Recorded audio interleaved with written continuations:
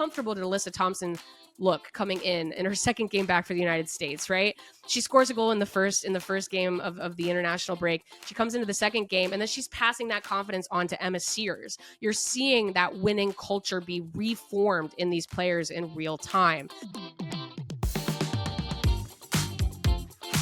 Hello, everybody, and welcome to today's edition of The Late Sub. I am your host, Claire Watkins. It is Monday, October 28th. We're going to do another deep dive into a pretty interesting U.S. Women's National Team performance against Iceland over the weekend. They had to come from behind for a big win. Lots of tale of two halves. Can't wait to dive in. And then we actually have a really interesting conversation with three-time Olympic gold medalist Gabby Thomas on both her summer in Paris, the success that she's seen since, and also her very unique interest in global health. Let's dig in. All right, the U.S. Women's National Team keeps rolling, and so do we. They had another game in this 3-game international break over the weekend, their second against Iceland. They come back to win 3-1 with goals for the U.S. by Lynn Williams, Lindsey Horan, and Emma Sears in her first cap. Really, really nice debut from the U.S. Women's National Team rookie. As expected, we saw a lot of rotation going into this game. It's a very tight window, and as everybody knows, NWSL players are going straight from the final game on Wednesday to the final weekend of regular season NWSL and the postseason, so there's going to be a lot of rotation here, which meant that we saw a really interesting game. I think we saw some players kind of step up and do interesting things in their first opportunity, maybe first U.S. Women's National Team start or first U.S. National Team camp. We saw some of the issues that you kind of see when you do see a lot of rotation, or maybe you pull away your quote unquote, top starting 11. And then you also saw adjustments made when plan A wasn't working. And you saw a second half that was very different than the first. So we're going to dive into this starting 11, talk a little bit about individual performances. We're going to divide this into halves 1 and 2 because you did see changes from the first half to the second half that really impacted the game. And just to kind of hit again, like I said last week, I think all of this is interesting. Like, even when I was watching this game and the U.S. was trailing 1-0, I was even thinking, man, even if this scoreline stands, there's a lot to talk about here. And that's the state that we're in with the U.S. right now, which is that, like, yes, of course you want them to be looking good. You want them to be, progressing and evolving, but you also understand that with that comes pitfalls and comes adversity and comes things that you have to change. And so another really good game against a really fabulous opponent, lovely 2-game series from Iceland. But let's dig into this starting 11 because it's very relevant to the rest of the game. As I said, heavy rotation. So in goal, Casey Murphy, Casey Kruger, Emily Sonnet, Emily Sams in her first U.S. Women's National Team, both cap and start. Jenna Nyswanger, so that's your defense and your goalkeepers. Sam Coffey, Olivia Moultrie, and Corbin Albert in the midfield. And then Mallory Swanson, Jaden Shaw centrally, and Yasmin Ryan in the front line. Major changes as expected. I think this is sort of interesting for Emma Hayes as well. I think Hayes has been very supportive of her group, almost overly supportive of her group when she talks about, like, oh, we're going to see struggles. We're going to see lack of chemistry sometimes. That's the nature of international play. That's the nature of this window. And sometimes I feel like she's telling that to us. And sometimes I feel like she's telling that to herself, again, as a club coach, kind of for the first time. Because as people recall, she comes into those June windows before the Olympics. She gets set on her set starting 11, and she really rides that starting 11 all the way to Olympic gold, right? So this is the first kind of mixing in of the player pool. And that's kind of scary for the head coach of the U.S. Women's National Team. This isn't a fan base that always takes well to not getting results. You always have like that first, right? Like, even when the U.S. was down 1-0 to Iceland in this game, it was, you saw the ticker go like, this would be the first loss to Iceland ever. And you need space to be able to make those mistakes. But the U.S. comes with a lot of history of winning. So there are different things that impact, I think, the mentality of going through this process. Thought that obviously you saw big opportunities for Moultrie and Albert in the midfield, which, like I said, the midfield kind of feels wide open for people to step into. That is still the biggest question mark for the United States. Thought Jaden Shaw at center forward was really interesting, as we know that's not really always where she plays. Sometimes she plays winger that tucks in. Sometimes she plays like a more playmaking number 10. She can play the false 9, but just sort of as a traditional center forward because they were in more of a 4-3-3 in possession. Seeing her there was interesting. And then interesting to see Casey Murphy get the start. Seems like she's still very much the number 2 goalkeeper, despite Alyssa Nair really solidifying her role as the starter in this past year once again. I'm gonna kick the opening of the analysis to the first half to my friend Jason Anderson, who works for Pro Soccer Wire. This was a tweet that he did, which I thought was very smart in kind of acknowledging maybe why some of the things looked the way that they did, and also some of the positives of getting these players on the field. He said this U.S. Women's National Team 11 has fullbacks who have comfort in central positions, center backs who can play the number 6, wide forwards who both drift inside and have played the number 10, a 9 that is normally a 10, and one of the midfielders has to join the 9 up top out of possession. So that is both an endorsement and a criticism of this lineup. These players, especially again on the outset of the U.S. Women's National Team core, or these players who are trying to work their way into camps, or players who are presenting interesting things at their club level that the U.S. and that Hayes finds interesting, it is because of their versatility, right? You have players that can play in a lot of different positions on the field, and we know how important that is for a successful women's national team. But you also see sometimes the struggles of that, where the over-reliance on versatility, when you put those players into a game in that starting 11 and you do tinker, right? You put someone like Shaw again as the number 9, or you've got Sonnet. She is a center back, but as we saw a lot in this game, she was pushing forward a lot to help Coffey in the central midfield. You saw wingers who can cut inside, but also they weren't always getting the width that they needed against a very disciplined Iceland back line. You see the positives and the negatives. So I did like this 11 and I liked this mixture, but I also was not completely surprised that they struggled in the first half of this game to get attacking sequences going. I am going to frankly say it. I've said this before. I just think that Corbin Albert and to a certain extent Olivia Moultrie are a step off of the pace of the game. Part of that is because Iceland pushed pace a lot. They moved the ball very quickly, just like they did in the first game of this series. I actually thought that Iceland could have been much more punishing on the counter than they actually were. They were getting the ball forward, but then once they had someone like Jonsdottir in isolation up top, she didn't push. She kind of slowed up, waited for help. I was just like, just run at him. Just run at Emily Sonnet and see what happens, you know? But yeah, I just didn't think that the midfield was able to hold the ball very well. I just didn't think that they were able to progress the ball very well, able to move these attacking sequences particularly well. And I do think it was noticeable, not only that you saw sort of Moultrie and Albert kind of a step off, but when they made midfield subs in the second half, how you saw that solidify in the middle of the pitch.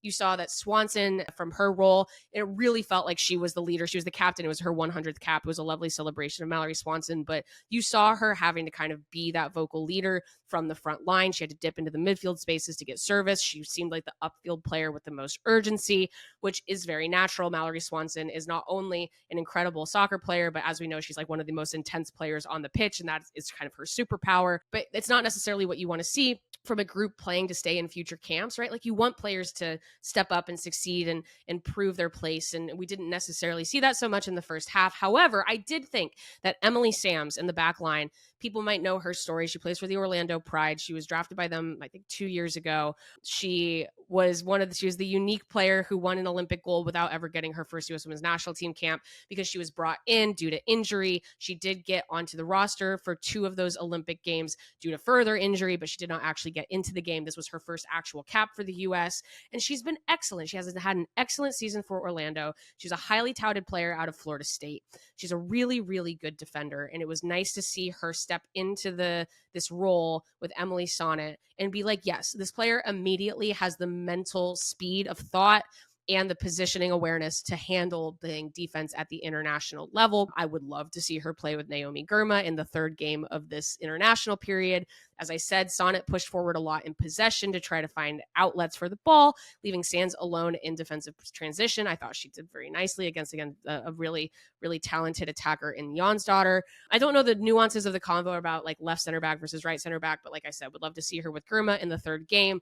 I think the U.S. still has an open spot for Girma full-time partner because Tierna Davidson continuously struggles with injury. I think Davidson is that player when she's healthy, but as we know, Davidson she really struggles from time to time to stay available for the U.S. Women's National Team. So there is opportunity there because Emily Sonnet is such a versatile player, right? She is the Swiss Army knife. She can push forward. She can sit back. She can play center back. I think that Emily Sonnet has a huge role on this team. It was very important in this game. But if we're talking again about that idea that Hayes likes these set positional sets of players, I do think there's an opening there. Iceland strikes first. An Olympico, courtesy of Carolina Williamsdottir. Casey Murphy, goalkeeper, could have done better. It was the ball kind of went through her hands. I think it was a really nice whipped in ball, put the ball into a dangerous place. Murphy has played well as a shot stopper for the U.S. in the past, actually broke something of a shutout streak that she had going for the U.S., has had a very good season for the North Carolina Courage this year. But again, just another data point in how it still feels like the goalkeeper pool needs to evolve. Nair is the clear number 1 and further solidified that in 2024, but she is 36 years old. We got 3 years before the next big international tournament. Murphy is the next consistent starter, but she's not infallible. The team did bring in Mandy Hott from Utah, who is having a very good season for Utah this year.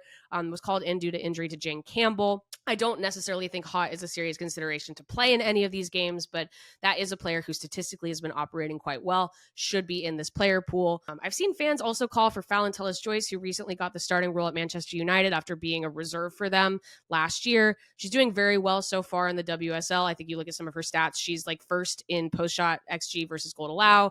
She's first in the WSL in save percentage. I'm going to say, guys, she needs more than 4 games starting in the WSL, though, to get this call in. Like, I'm sure she's on the radar, right? Hayes has made it very clear that she is keeping an eye on all U.S. players, even especially the ones playing in Europe. She likes European competition as part of a player's resume, but like, calm down. She needs to play more than 4 games as a starter in the WSL. It will probably happen in time, but I do think that's a good name to shout. There are other good goalkeepers playing in the NWSL and elsewhere. I am curious to see how this continues to evolve because, again, even just that moment, and it just doesn't help that it's sort of this continued pattern of the United States conceding on set pieces and not scoring on them. However, maybe that's the good capsulation to take into the second half of this game because, yes, the U.S. is having trouble punching things in on set pieces. They're having trouble not conceding on set pieces. Yet another set piece conceded. Again, I was more concerned with the lack of things moving forward and sort of that 4-3-3 rather than the goal conceded, but it is another data point in that like set pieces are no longer really an advantage that the US has. That's been true for a number of years. But then the changes happen in the second half and you go, well, okay, well, do we want them to solve things through punching things in on set pieces? Or do we want them to solve things through formation changes and players individually stepping up, right? They, at the beginning of this game, I keep mentioning it was more of a 4-3-3, more of a 4-4-2 out of possession that we've seen from them in the past. It was a little bit passive. It was struggling again to utilize the width that they have, you know, when they usually have a player like Trinity Rodman on the pitch. It was trouble to utilize ball progression through the middle that maybe they have with someone like Rose Lavelle on the pitch. And then they make a true shift and they do tiny things at halftime. They move Swanson more into that playmaker role, which she can do. She does that for Chicago. She drifts all over the pitch for Chicago. She's very good at being more of a ball hunter than a player that necessarily has to hold her line at the winger position. But then the real shift happens when Sophia Smith comes in for Casey Kruger. The team goes into a 3-5-2, essentially in possession, which is very much, and I like this from the US. They go, okay, Iceland, you've played great. You got stuck in. It's been a very physical game. You're getting in our heads, but now the United States starters are coming in to win this game. I mean, there were a number of big impact subs. You saw Smith come in for Kruger, which as everybody can understand kind of by knowing those two players, that's a very attacking sub to make, taking a defender out for an attacker. They had Emily Fox come in for Jenna Neiswanger, and they go into the 3-back of Emily's. Sonnet, Sams, and Fox. You see Haran come in for Sam Coffey. You see Alyssa Thompson, again, another very attacking sub, come in for Olivia Moultrie. You saw Lynn Williams come in for Jaden Shaw, and then you saw Emma Sears come in for Yasmin Ryan. And that combined with sort of that shift forward, it was very, very attacking. And that is where Iceland kind of lost the plot a little bit. I do think, again, this is not a formation that they're going to be able to use all the time. I think one of the big disappointments of this game is that they were not able to break Iceland down using a more conservative 4-3-3 because you're going to need to have that 4-back available to you. You can't be all attacking all the time against teams that are a little bit more lethal on the counter. But also, it's what you want to see from the United States that they did that, right? I mean, I see it was a physical game. There was a moment in this game where Emily Sonnet like finally gets a yellow card and she's covered in grass stains and like she's all sweaty and her hair is everywhere. And I was like, fair enough. Like, this has been a very physical game. The U.S. defense has been all over the pitch. You save that tackle for the right moment, and it's time to come in and remind people who this team is, right? Haran comes in and stabilizes the midfield. Emma Sears looks very comfortable out wide. I think she showed what she can do. I think, less than 10 players have scored a goal and registered an assist in their debut. She is now on that list. There was a goal and assist for her, goal and assist for Williams, that game winner by Haran.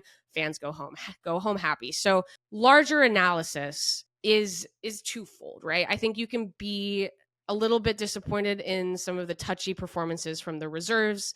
You can wonder again, that Albert Moultrie combo really did not work very well. I think the best I can say for Albert is that she needs stronger players around her to be effective at all. I think that I think they have to keep mixing in new players into that midfield. I think that is the big question mark. But again, kudos to Haran, who herself has seen criticism sometimes in speed of play. She comes in and she really stabilizes things.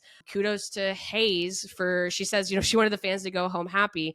That mentality element, it's just so nice to see that back from the United States. It's not necessarily tactical. The game was very hectic. It was all over the place. The ball, it felt like in the second half, was in the air more than it was on the ground. But in games like that, you want the US to have their starters come in and say, no, we're putting this to bed now. We are putting this away. You're the United States women's national team, and that's what we do. The fact that they didn't get overly frustrated by Iceland getting stuck in, the fact that they had those starters come in and make that difference, the fact that they went into a hyper aggressive formation to win the game against a team that they know that they can handle, the trust in that three back, especially in having Sams be a big part of that. That's great. That's so good that Hayes had the trust in sort of that new player who, I just think she was so calm on the ball during this game to go into the three back, to push forward and to get the win. That's what you want to see, right? You want the US to go big dog on other teams, even if that plan A isn't always working.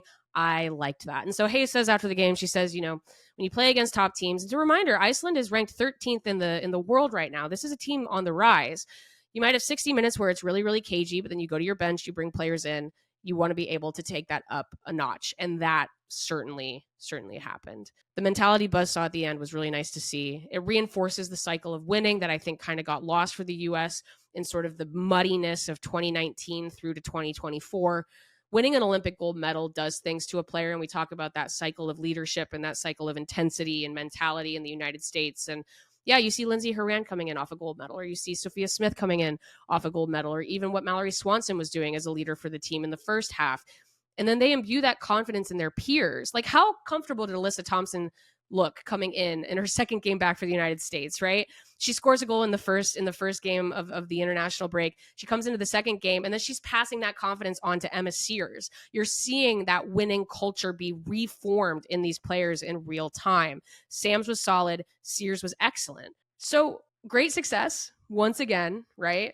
Even in the adversity, because I keep saying this, you want to see the things that aren't working. You want to see the things that are. And if plan A isn't working, you go to plan B. I thought it was interesting that plan B looked a little bit more like the Olympics plan A. Again, kind of a cycle and things that make sense to me in the way that Hayes is wanting the team to evolve and adapt, but also go back to what they're good at. If you need to get a result, run the result drill right in the last half hour of the game. Things to work on, again, deepening the midfield player pool. I would love to see Girma and Sams play together. I would love to see us, like when I talk about that for the midfield, I'd love to see Hal Hirschfeld maybe get a start. And this is, again, sink or swim. I'm not saying that I think that these players are going to come in and immediately fix everything.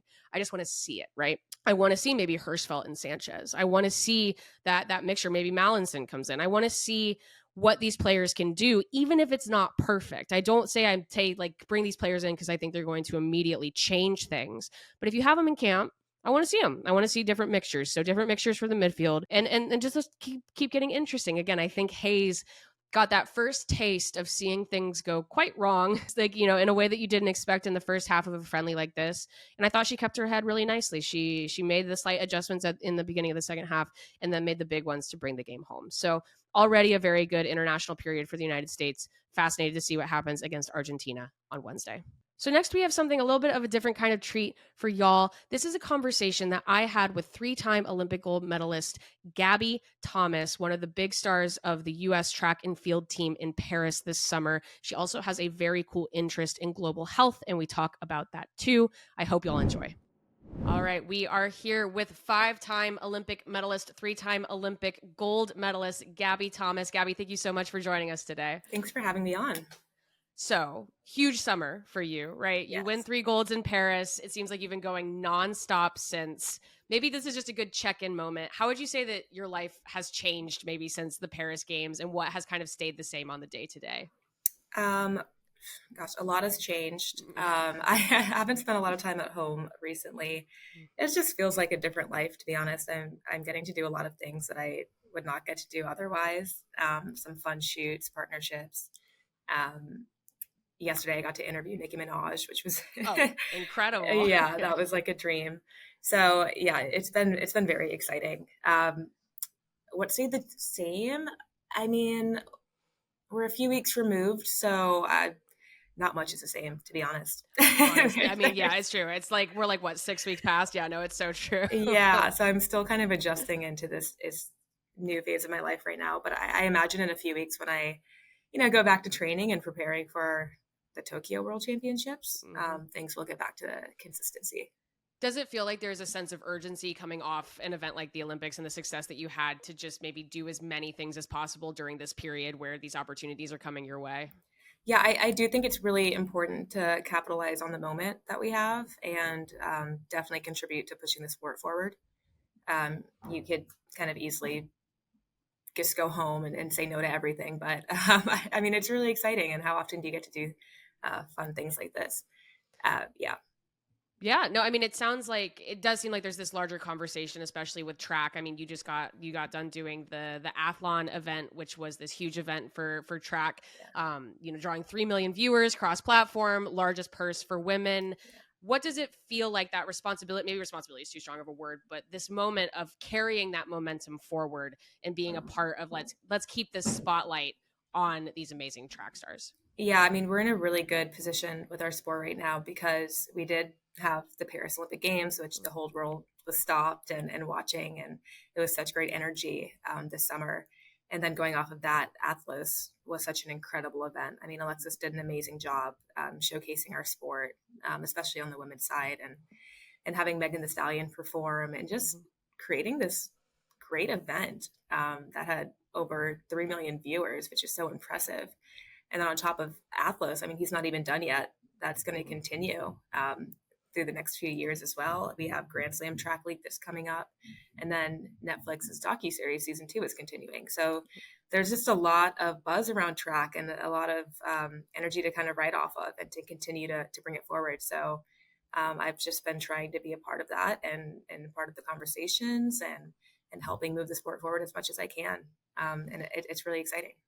Is there any particular, if you could vision out, is how would you like to see the sport continue to grow? Like you kind of mentioned, kind of getting woven in these big moments into just American sports culture. Yeah. Like kind of maybe year in and year out. Yeah. I mean, I think a great way to, like we see in other women's sports right now, a great way to grow the sport forward is to tell stories and have people excited about the personalities. I mean, people are just in love with these women athletes right now. It's so fun to watch them compete. To talk about them, and whether you love them or hate them, they're getting engagement, and that's what track and field needs. And one part of that is just us showcasing our personalities, using our platforms, and leveraging that, but also just consistently being on TV for people to watch or consistently competing.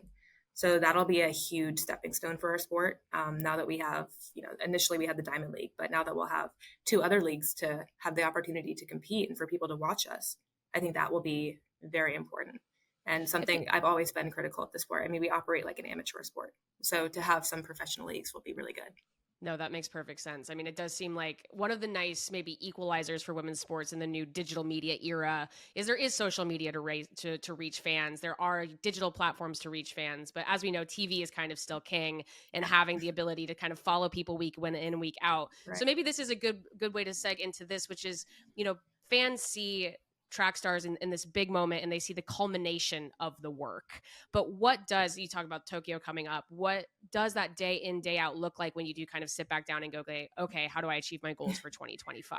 Well, yeah, I always tell people, it's fun to see us on social media. It's fun to see us doing cool things like going to fashion shows and appearances here and there. But the truth of it is it has to be a very disciplined and consistent journey. And, you see all of these fun things, but really the best athletes are the ones who have the most boring lives. And so it's the ones who are at their training camp with their teams, getting the work done, keeping their head down and doing it quietly. And then you get to have these moments, but the tax on success is really those boring moments and being very consistent and disciplined. Does it seem like maybe people sometimes focus more on the glitz and the glamour than maybe the day in, day out? I do what's think that balance like for you? I do think people do. And like you mentioned, this is an era of social media right now. So there's also just there are a lot of benefits to showcasing your life that way and living your life that way. Sometimes even more so than winning at your sport, right? You might be an athlete who is not that committed, who loses everything, but you have a great following on social media. And then how do you kind of balance that? Because it's very tempting. But I think for me, I mean, my personal goals are on the track. And so I feel like when I've gotten all I can out of that, then I can start focusing on that kind of, Totally. fabulous life to showcase on the internet. But yeah, it's an interesting juxtaposition now, just having that opportunity in that side of our jobs, and then also focusing on the athletic piece. Does it feel like when you mentioned the wanting a greater professionalization kind of maybe in the track world again, year in and year out, does it feel like with those standards raising, that is how you make that balance a little bit easier for athletes, where you're not having to come up with ways to Well, capitalize on the moment? absolutely. I think, so much of track and field is so individual. And the way I see it is I'm running my own business, and the way it's set up, it's just, I'm picking the meets that I'm going to. I'm getting the schedule together. I'm figuring out kind of the whole trajectory of my career, the whole trajectory of my season. And that's a lot for one athlete to kind of have to figure out and go through. And of course, we have a team, we have our agents, we have our coaches. And so you're kind of consulting with them. But at the end of the day, like, a lot of energy goes into that. Yeah. And so to have a league where, all right, I know that I'll be able to run at this day, this time, and I'll be paid this amount of money, it's just really helpful. Yeah. And it's just really good for the sport. And like you said, we'll just be in front of people's eyeballs way more often. And whether it's on TV or if it's on YouTube or Twitter or whatever, wherever they want to watch it, right? Like, we're consistently there. I'm a huge sports fan. I love seeing people consistently. I love seeing clips of them and replays of them playing. So I want that for us too. 100%. No, it is the consistency. And we talk about that in women's sports all the time. The accessibility. Yes. If you make it accessible, people will watch, because there's such a huge audience, like you said, not only for women's sports, but even just women's track coming off of this summer. Exactly. Talking about other elements of your background, you are partnering with Lilly. You're partnering to try to bridge the health equity gap, where they are ultimately donating over $2 million to health equity programming. Your achievements are contributing thousands of dollars to that cause. You have a background in public health and global health. You have multiple degrees in global health. So maybe just talking a little bit about that. How do you, first of all, balance those two parts of your life? And what was it that drew you in college to pursue kind of public health and global health?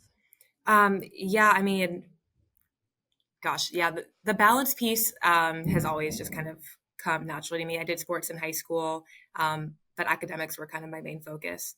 And as I moved into college, it was the same deal. Academics were my main focus, and I studied undergrad in neurobiology with a minor in global health and health policy.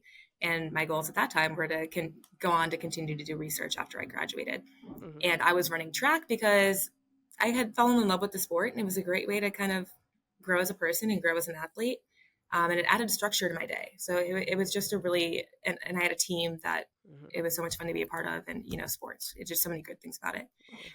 But then I had a race my junior year where I realized how good I could actually be at track. And things kind of shifted in my life a bit. So I moved to Austin, Texas after graduating to train at the professional level and try to make the Olympic team. But I also had aspirations of going into public health because I was passionate about it. And I had taken so many sociology courses at Harvard, complementing my neurobiology courses. And I just knew what I wanted to do. I wanted to be in that space. And I also did not know if I was going to be a successful professional athlete at that time. There aren't that many of us coming out of Harvard. It's true. Yeah. So, balancing both, it was something that I was used to doing. I loved doing both of them. So it's not hard when it's something you love, right? So that's just how I chose to spend my time. And I didn't do a lot of other things. Like, I didn't go out a lot, or waste a lot of time doing other things.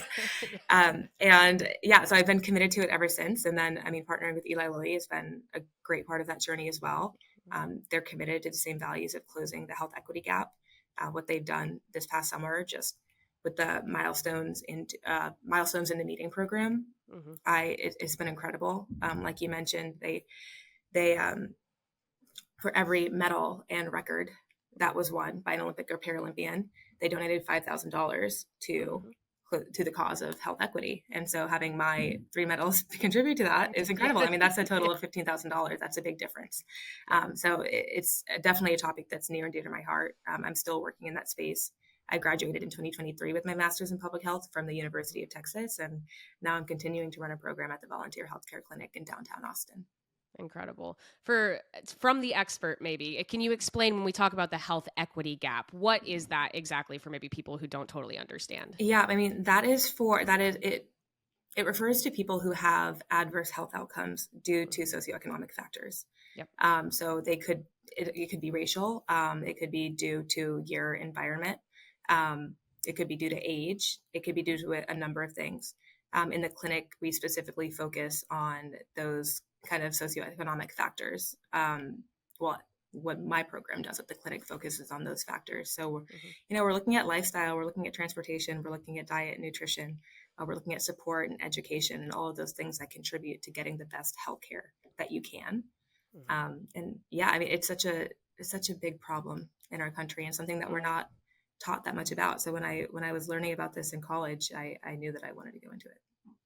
You've mentioned, I was struck kind of reading a little bit about your background and in public health and what you're doing now. And you've mentioned before that Allison Felix made a huge impact on you as a runner. And I was struck maybe about also just that through line of she was such an amazing advocate for maternal health and pregnancy health and for mothers later in her career and still even now.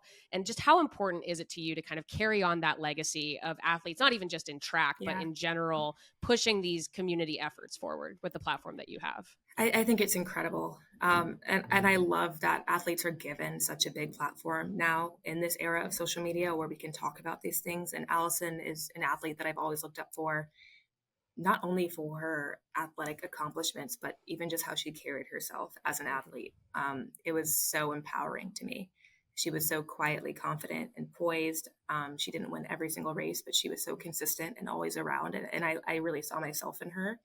And now that she is such a powerful advocate, it really is inspiring just to see how much change she can make with her voice alone, and how much it inspires people. I mean, she has truly made changes in the sport, like real tangible changes that have changed people's lives.